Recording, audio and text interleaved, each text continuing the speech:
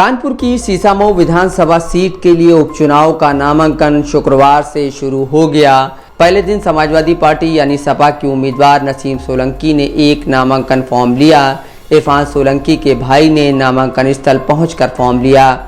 नामांकन के पहले दिन ज़्यादा कोई गहमागहमी नहीं रही। सुबह से ही एसीएम तृतीय की कोर्ट में नामांकन फॉर्म भी मिलने लगा था। प्रत्याशी के साथ नामांकन के लिए कक्ष में सिर्फ 5 लोग ही जा सकेंगे। बैरिकेडिंग लगाकर पुलिस वाहनों और आने वाले लोगों की तलाशी करेगी। नामांकन स्थल पर सुरक्षा के लिए अतिरिक्त बल तैनात किया गया है। उम्मीदवारों और आम जनता की सुरक्षा के लिए नामांकन स्थल के आसपास तगड़ी सुरक्षा रहेगी। सीसामऊ सीट के लिए 13 नवंबर को वोटिंग होगी और 23 नवंबर को नतीजों का ऐलान किया जाएगा। इस सीट से सपा ने पूर्व विधायक इरफान सोलंकी की पत्नी नसीम सोलंकी को उम्मीदवार बनाया है, जबकि भाजपा और बसपा ने अभी अपने उम्मीदवार के नाम का ऐलान नहीं किया है। यहां फाइट सपा और भाजपा के बीच है। इस सीट पर जीत की राह मुस्लिम, ब्राह्मण और दलित वोटरों के बीच उलझी हुई है। भाजपा ने साल 1991 में सीट पर पहली बार जीत दर्ज की थी, लेकिन 2012 से सीट पर समाजवादी पार्टी का ही कब्जा है। तीनों बार यहां सपा के टिकट पर इरफान सोलंकी ही चुनाव जीतते आए हैं। इसी साल हुए लोकसभा चुनाव में इस विधानसभा क्षेत्र में मिले वोटों ने साफ कर दिया कि भाजपा के लिए सीट आसान नहीं है, वह भी उस सूरत में जब कांग्रेस सपा के साथ खड़ी हुई है। इस सीट पर लगातार 5 हार का सामना करने वाली भाजपा प्रदेश में अपनी सरकार होने के चलते इस सीट के उपचुनाव को जीतने के लिए पूरी ताकत झोंके हुए है, लेकिन अभी तक उम्मीदवार का चयन नहीं कर पाई है।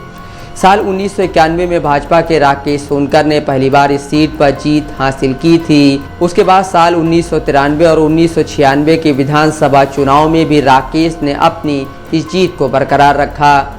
हालांकि 2002 में भाजपा को कांग्रेस के हाथों हार का सामना करना पड़ा। 2002 और 2007 के विधानसभा चुनाव में कांग्रेस के संजीव दरियावादी ने लगातार 2 बार भाजपा उम्मीदवार को हराया था, तब यह सीट सुरक्षित हुआ करती थी। कांग्रेस के संजीव के लिए सीट पारिवारिक भी कही जा सकती है, क्योंकि उनकी मां कमला दरियावादी यहीं से 1985 का विधानसभा चुनाव जीती थीं। हालांकि जब 2012 में परसीमन बदला और यह सीट सुरक्षित से सामान्य में तब्दील हुई तो इस पर सपा का कब्जा हो गया और यह सपा का किला बन गई। सपा के इरफान सोलंकी 2012 में यहां से विधायक चुने गए। 2017 और 2022 का चुनाव भी इरफान ने सपा के टिकट पर जीता। इन 3 चुनावों में जहां 2 चुनावों में सपा और भाजपा में बहुत करीबी लड़ाई हुई, तो वहीं एक चुनाव में हार जीत का फासला बढ़ गया। परसीमन बदलने के बाद साल 2012 में जब इस सीट पर पहली बार चुनाव हुआ तो सपा के टिकट पर इरफान सोलंकी ने 56,496 वोट हासिल किए, तो भाजपा के हनुमान स्वरूप मिश्रा को 36,833 वोटों से संतोष करना पड़ा। कांग्रेस से संजीव दरियावादी को 22,024 वोट, जबकि बसपा के प्रत्याशी मोहम्मद वसीक को 15,846 वोट मिले। इरफान ने यह चुनाव 19,663 वोटों के बड़े अंतर से जीता। 2017 में इरफान सोलंकी को 73,030 वोट मिले, तो भाजपा के सुरेश अवस्थी 67,204 वोट पाने में कामयाब रहे। बीएसपी के उम्मीदवार नंदलाल कोरी 11,949 वोट ही हासिल कर सके।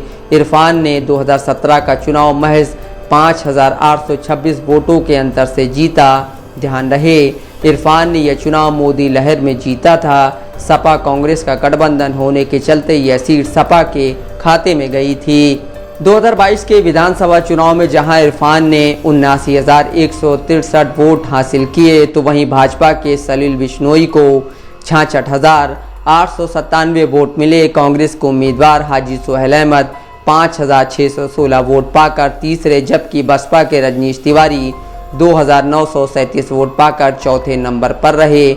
इस चुनाव को इरफान ने 12,266 वोटों के फासले से जीता। इस सीट पर 2,69,770 मतदाता हैं। इसमें से मुस्लिम मतदाता करीब 1,10,000 हैं। वहीं ब्राह्मण और अनुसूचित जाति मतदाताओं की तादाद करीब 60 हज़ार है।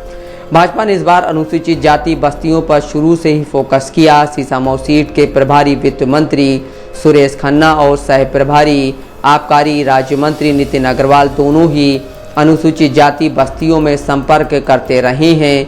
सांसद रमेश अवस्थी भी अनुसूचित जाति बस्तियों में 5 जन चौपाल लगाकर लोगों की शिकायतों को दूर करने का प्रयास कर चुके हैं। कहा जा रहा है कि भाजपा इस सीट पर जीत हासिल करने के लिए किसी अनुसूचित को मैदान में उतार सकती है। ऐसा करके भाजपा चुनाव जीत पाएगी या नहीं, वो तो उम्मीदवार के नाम के ऐलान और 23 नवंबर के नतीजों के बाद ही पता लगेगा। सपा अपने वोट बैंक को लेकर पूरी तरह आश्वस्त नजर आ रही है। साथ ही कांग्रेस से गठबंधन होने के चलते संजीव दरियावादी का जादू अनुसूचित जाति पर चल सकता है। बसपा का अपना एक वोट बैंक है, उसे कोई इधर से उधर नहीं कर सकता। वहीं सोहेल अंसारी भी अपना खुद का मुस्लिम वोट सपा में खिसकाकर नसीम को मजबूत कर सकते हैं।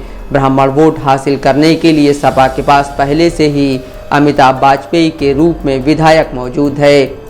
कुल मिलाकर अगर कहा जाए तो भाजपा किसी अनुसूचित को उम्मीदवार बनाकर चुनाव जीत लेगी, ऐसा होता मुश्किल ही लगता है। भाजपा को इस सीट पर जीत हासिल करने के लिए हर हाल में मुस्लिम वोट चाहिए ही होगा और ऐसा करने के लिए उसे एक ऐसे उम्मीदवार को मैदान में उतारना होगा जिसकी पकड़ मुसलमानों के बीच मजबूत हो। भाजपा ने अगर ब्राह्मण वोट के साथ 5 से 10% भी मुस्लिम वोट हासिल कर लिया तो उसकी जीत की राह आसान हो जाएगी। Mohammad Asim Siddiqui, Dastak live news.